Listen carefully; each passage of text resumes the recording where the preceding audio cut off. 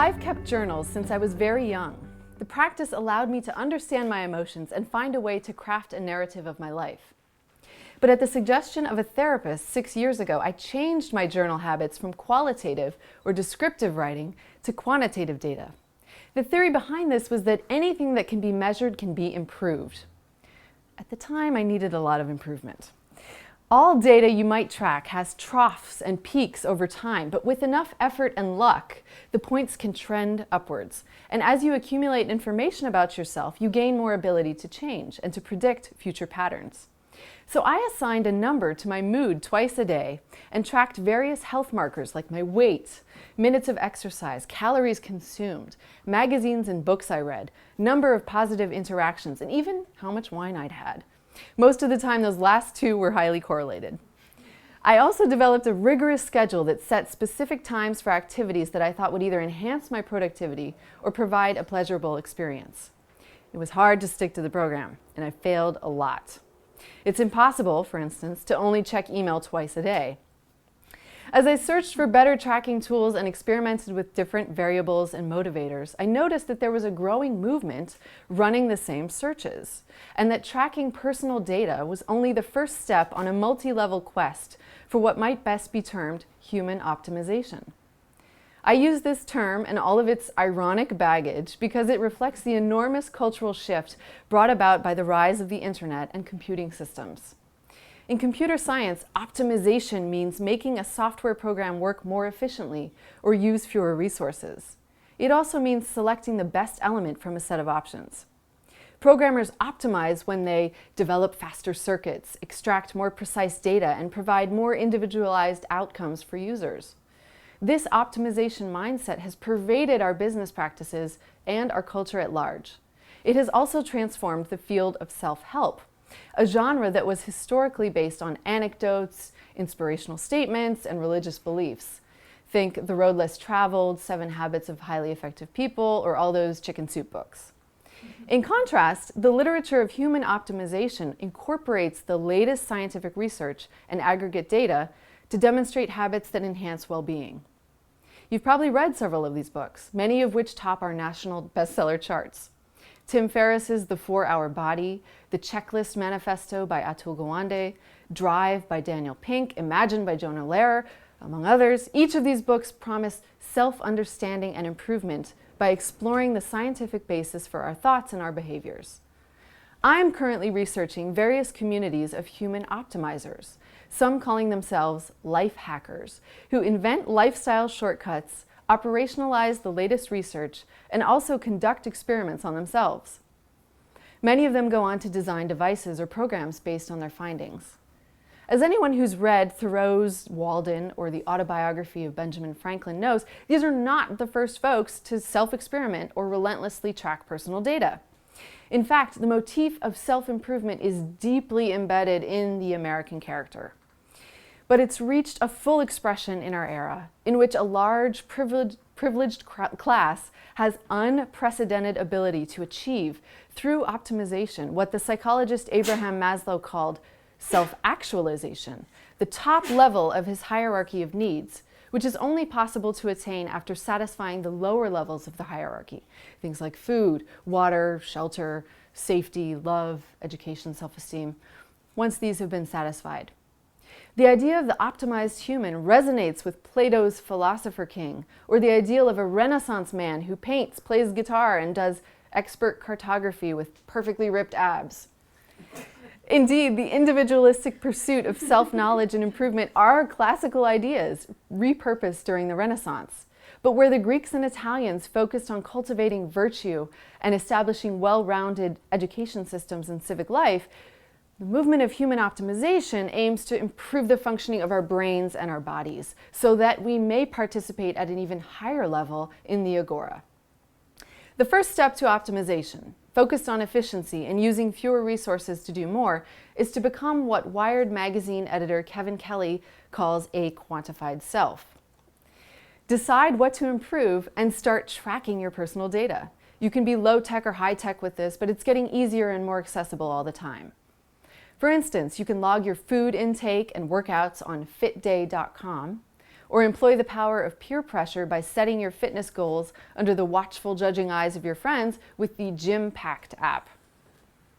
If you run with Nike Plus, a special watch and shoe-embedded microchip, or the Fitbit device, all of your workout data can be logged and compared with other exercisers, motivating you to increase your speed or mileage if you so desire. If you want to understand and improve your sleep, you can use Zeo, a headband sensor that displays how much REM and deep sleep you get.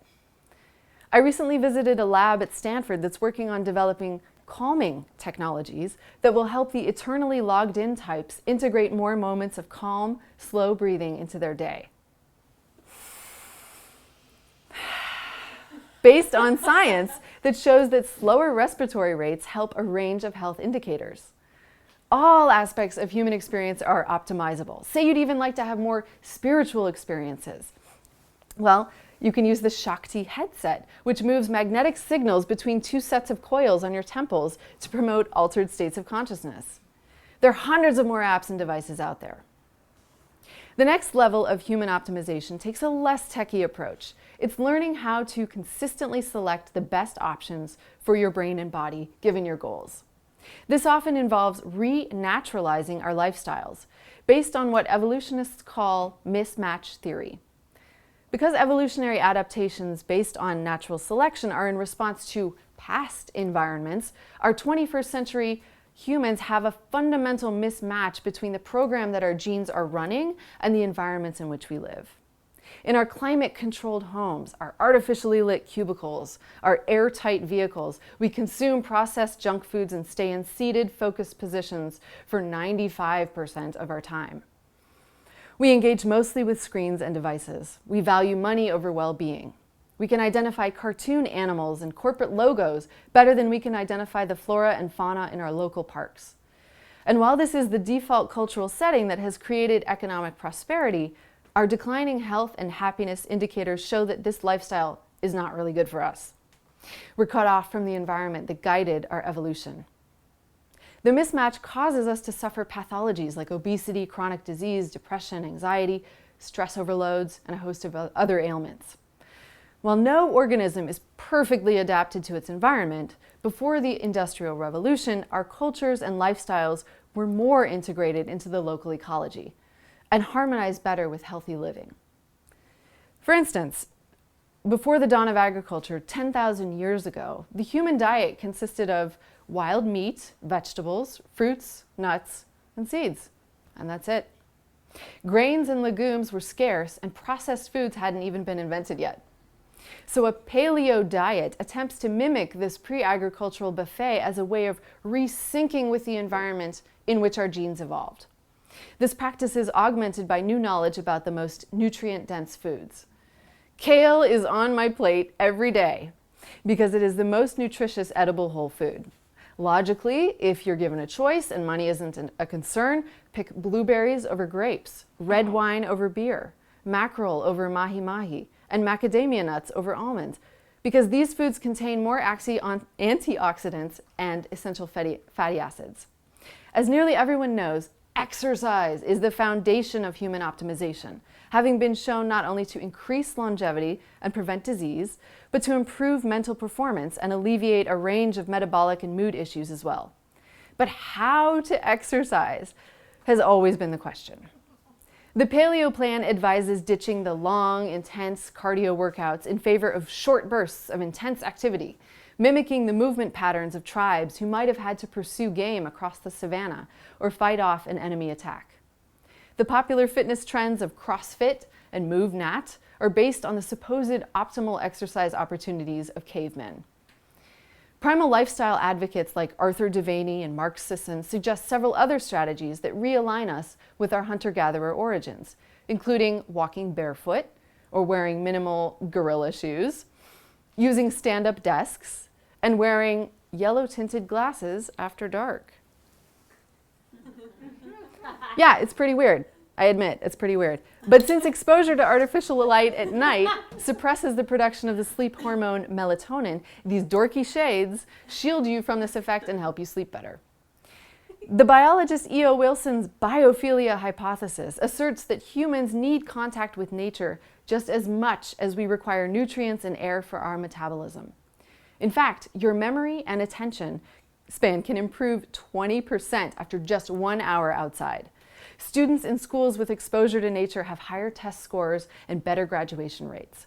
The effects even occur somewhat with images of nature, which humans gravitate towards more than other subjects. I noticed that I was better able to concentrate after I painted my home office the exact dark green color of the juniper tree outside my window. Yet we mostly exist in colorless, minimalist, and sensory-deprived environments. We're not getting the stimulation that our brains crave, so we feel anxious and bored. Amazingly, when we're exposed to patterns from nature, we recover optimal functioning and gain creativity. Up until the Industrial Revolution, humans knew this instinctually, and we integrated natural patterns into our creations. Think of the stunning beauty of ornate Islamic tiles, Native American beadwork, or Gothic cathedrals.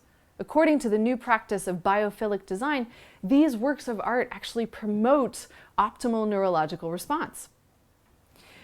Recent research in neuroscience confirms the concept of brain plasticity, that the 3-pound clump of pasta in our heads continues to grow in response to challenge throughout our lives.